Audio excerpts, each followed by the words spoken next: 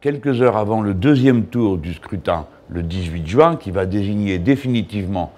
les députés de notre pays,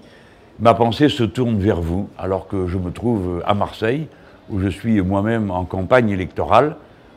et je veux vous adresser ce message d'appui et de soutien personnel à Daniel Soury, que je connais depuis plusieurs années, puisque nous avons partagé de nombreux engagements civiques, associatifs, politiques et des fois syndicaux. Je crois que vous avez besoin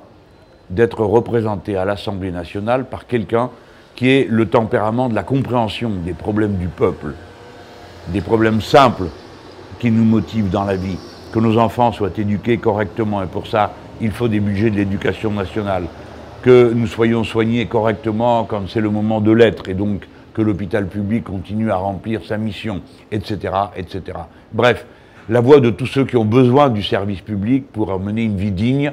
et à la portée de leurs moyens. C'est ce que fera Daniel Soury. Ne faites pas confiance aux députés que vous propose M. Macron.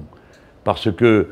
si dans un premier temps, évidemment, vous avez pensé vous débarrasser de cette manière-là de tous les autres, qui, en effet, avec des étiquettes différentes, faisaient la même politique néfaste, il n'empêche que eux, les candidats Macron, lui, le président Macron, le Premier ministre de droite, eh bien, c'est une sorte de potage qui concentre les Républicains et le PS, puisque vous en trouvez aussi bien des Républicains que du PS qui sont avec eux depuis le premier tour ou qui vont l'être après le deuxième tour en votant la confiance à ce gouvernement. Donc, si vous leur donnez les pleins pouvoirs, nous irons à la catastrophe. Car bien sûr, nous savons qu'ils font peser sur nous une menace avec la destruction du Code du travail ou la réduction des libertés publiques, à quoi reviendrait le transfert dans le droit ordinaire, les dispositions de l'état d'urgence. Mais il y a les dangers qui viennent de nous-mêmes. Si vous autres, les jeunes et les gens des cités populaires, vous sortez pas pour aller voter et que vous laissez faire, mais ce sont vos pires adversaires qui vont se retrouver au pouvoir, et en plus, ils diront les gens étaient d'accord. La preuve, ils ne sont pas venus voter contre nous ou pour ceux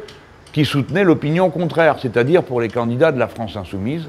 Et voilà pourquoi, vraiment, je vous demande avec sérieux et gravité de faire votre devoir, d'assumer votre responsabilité citoyenne en allant voter pour Daniel Soury ce dimanche 18 juin.